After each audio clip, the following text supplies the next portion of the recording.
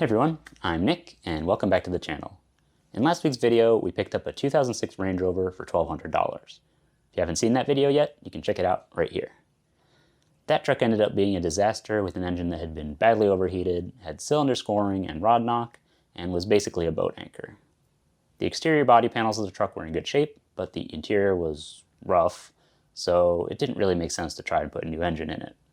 In all honesty, we figured this truck was too rough to rebuild almost as soon as we saw it, so we hopped on Copart to start digging ourselves out of this hole and found our solution almost immediately.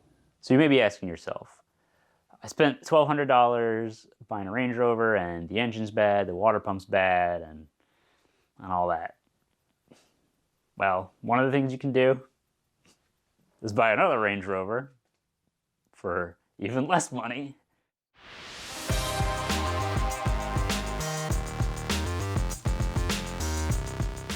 This one was $850, and it was running when it was taken off the road, when it was rear-ended. So some of the damage, let's go see.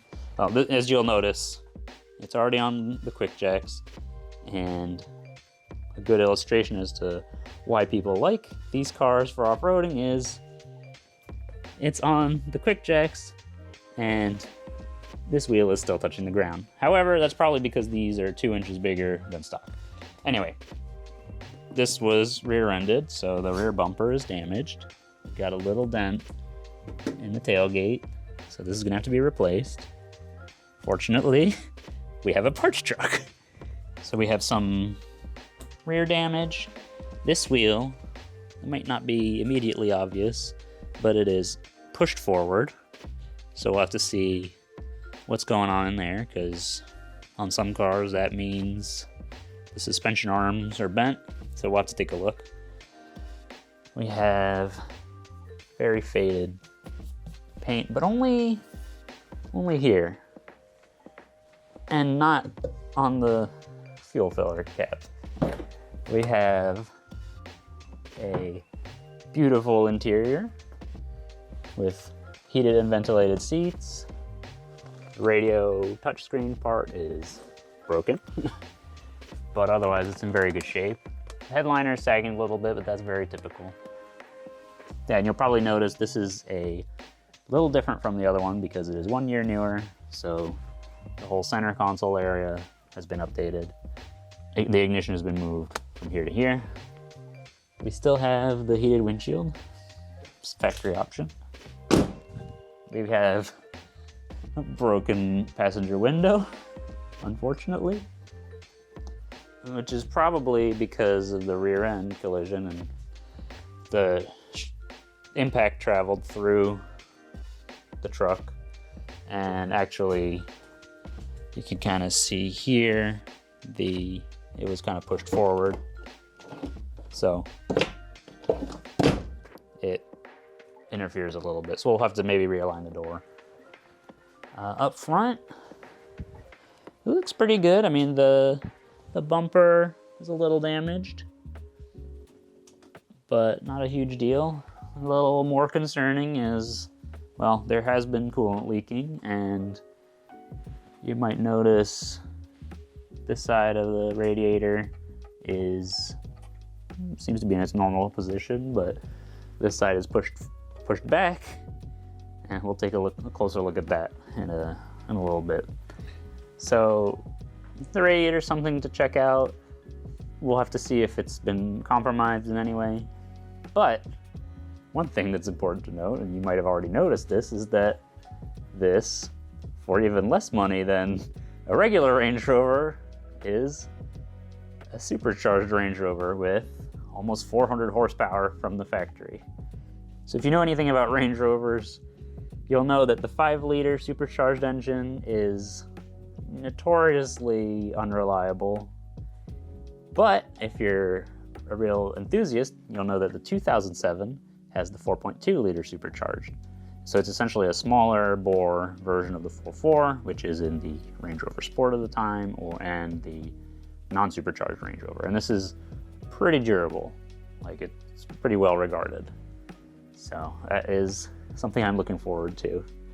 One other thing that's important to note about these trucks if you're interested in buying one, is that in the event of a collision, there's actually a pyrotechnic in here, which will sever the connection from the battery to the engine, which will stop the engine. So, you know, if you don't know that that's an issue or something that happens, your truck is dead in the water. So some people will bypass them, but we'll be replacing it. Moving over to the other side, we have a little bit of body work to do here with the fender. When the truck was rear-ended, it looks like it was pushed forward and into something. So maybe a guardrail, another car. It's definitely got the impact in the front. So that's something to fix or replace, which, since we have spare parts, you know, some pretty normal wear. We have everything else over here is quite good. I'll show you inside again. And yeah, I think it was definitely pushed sideways into something. So our rear quarter is pretty crunched in. We got some rust because it was exposed after the impact. So we'll have to see about pulling that out and sealing it up, and then maybe eventually welding in a patch panel. So it's a little dent here, but it shouldn't be too bad. Yeah, that's about it. We'll probably have to replace the rear lights, but once again, we have spares. I mean, we've got side steps. We'll have to decide what to do with that. Only front mud guards, interestingly. Oh yeah, it does still have its roof rack, which is nice, but also means I can't open my garage door while it's up on the lift.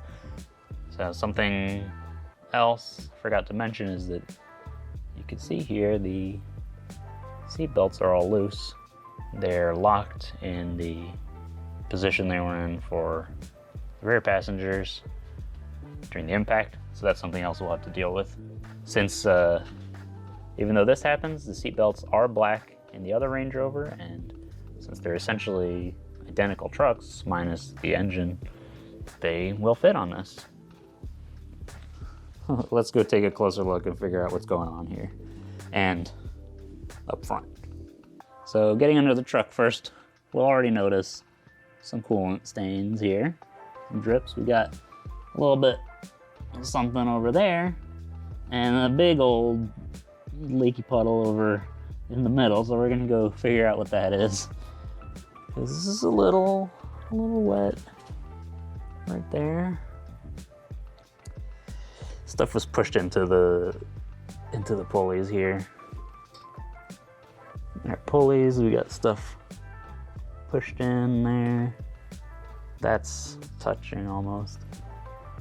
We've got a little cooler up there with the hoses, and there's coolant coming off of that. I don't see coolant coming out of the radiator directly at this time, but that doesn't mean it isn't. Yeah, this is one of the radiator mounting pads. It looks like it was popped out of this here. So that's, maybe we'll be able to pull it back into place. I don't know. Otherwise, this looks pretty good. Steering stuff looks good. This is wet. This cross member.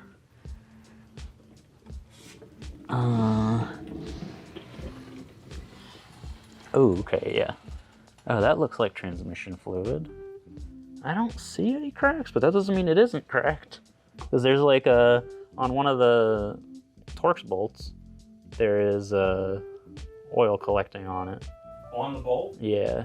Oh, man, that would be amazing. Here I'm removing the inspection port plug to see if the fluid we're seeing in the area is coming from the bell housing. It's dry on the back, so... Yes! Here. No, yes! That means no rear main! That's good. If you pop this cover off and you see oil in there, that is a symptom of a rear main seal leak. But fortunately, nice and dry in there. We have a O2 sensor cable has been rubbing on the drive shaft. Oh, good. It's got a rubber cover, but there's a little mark right here. Something to know about these transmission pans is that they're plastic, and the gasket's integrated, and the filter is integrated.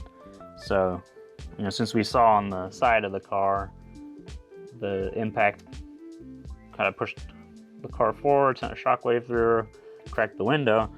It is entirely possible that, since we hit the rear wheel, there was also an impact to the drivetrain, which could have compromised this pan or the gasket or something. So we will have to look into that and see why it's leaking. I mean, since this does appear to be a transmission leak, we would have to replace it anyway, so we'll find out.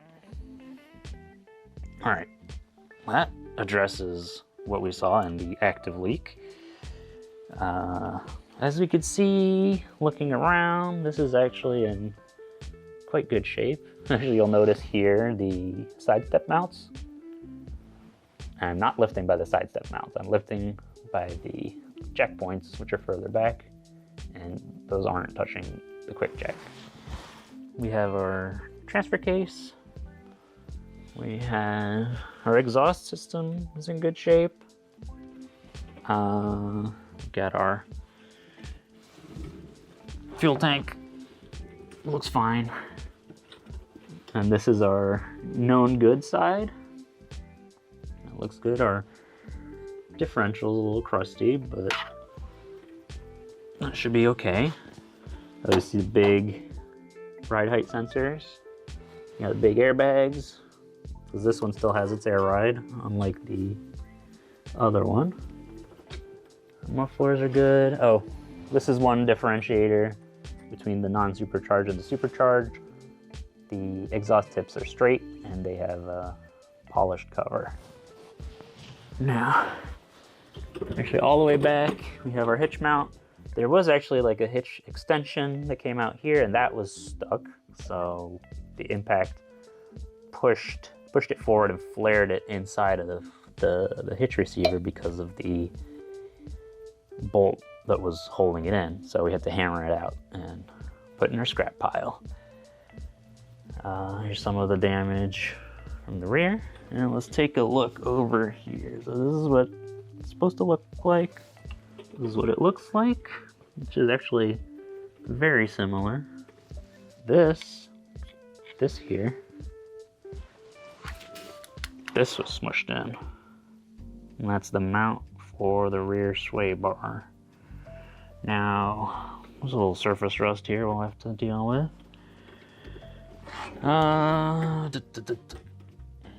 Let's see, something looks bent back here. What is that? Working forward, whoa, okay. This is our shock. This is the bar that should not be touching the shock. Let's check the other side. Okay, that's what that's supposed to look like. Okay, I think the lower control arm, we'll have to take a look to make sure it's not damaged, but this is a beefy piece of hardware. But this link here is very bent, and that actually looks like the amount, that bend looks like it moves the wheel a couple inches forward, which would explain why this wheel is really far forward and the wheel liner is cracked. So what this is telling me is maybe this is designed as a point of failure that protects the rest of the suspension, and just maybe this is the only thing that was damaged.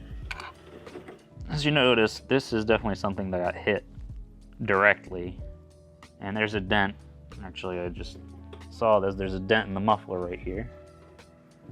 Well, I don't think it'll affect the function, but maybe we'll consider addressing it. So you may be wondering, why would this be actually hit by a car rear-ending this truck?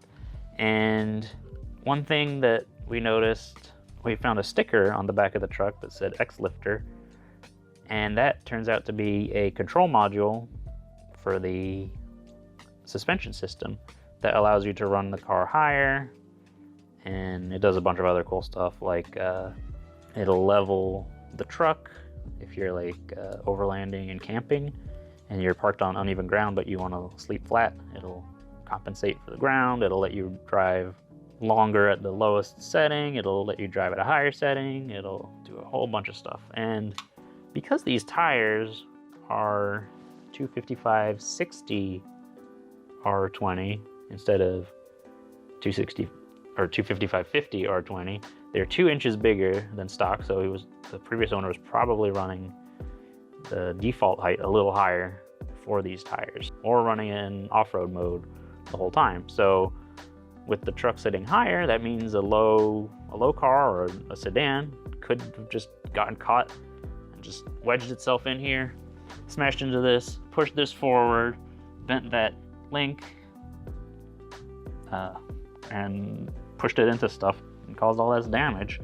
So yeah, I mean, it does mean there's way less damage to the structure, if any. I mean, this towing eye is not quite round anymore. But beyond that, I mean, I don't really see any severe damage. Oh, this may have moved in a tiny bit on the hitch plate, but it doesn't look that different from this side. So what's very fortunate is that having the other truck that is known bad is a blessing, because we have replacement bumpers, we can compare, we can get parts. It's gonna make it a lot easier to rebuild this. So we have some work to do, but it's not bad for a grand total of $850. That's right, I got a 2007 Range Rover Supercharged for just 850 bucks. We have to replace some body parts, do some suspension work, and it looks like we're gonna have to replace a fair bit of the cooling system up front, but overall, not a bad buy, and it's even better because we have most of the parts we need already on the parts truck that we bought for $1,200. Now, there's no way we're gonna reuse the radiator or coolers from the parts truck because that thing's been badly overheated and there's no telling what other damage has been done there, so we've got a bunch of parts on the way. In the next video, we'll get started on the rebuild and see what else we find. If you like my solution of buying another truck because the first one was a disaster, leave a like. If you've ever found yourself with a project that went sideways, let me know what it was and how you fixed it down in the comments. If you want to see if I'm able to rebuild this Range Rover, or if you want to see me rebuild other cheap European luxury cars, subscribe. Thanks for watching, and I'll see you next week.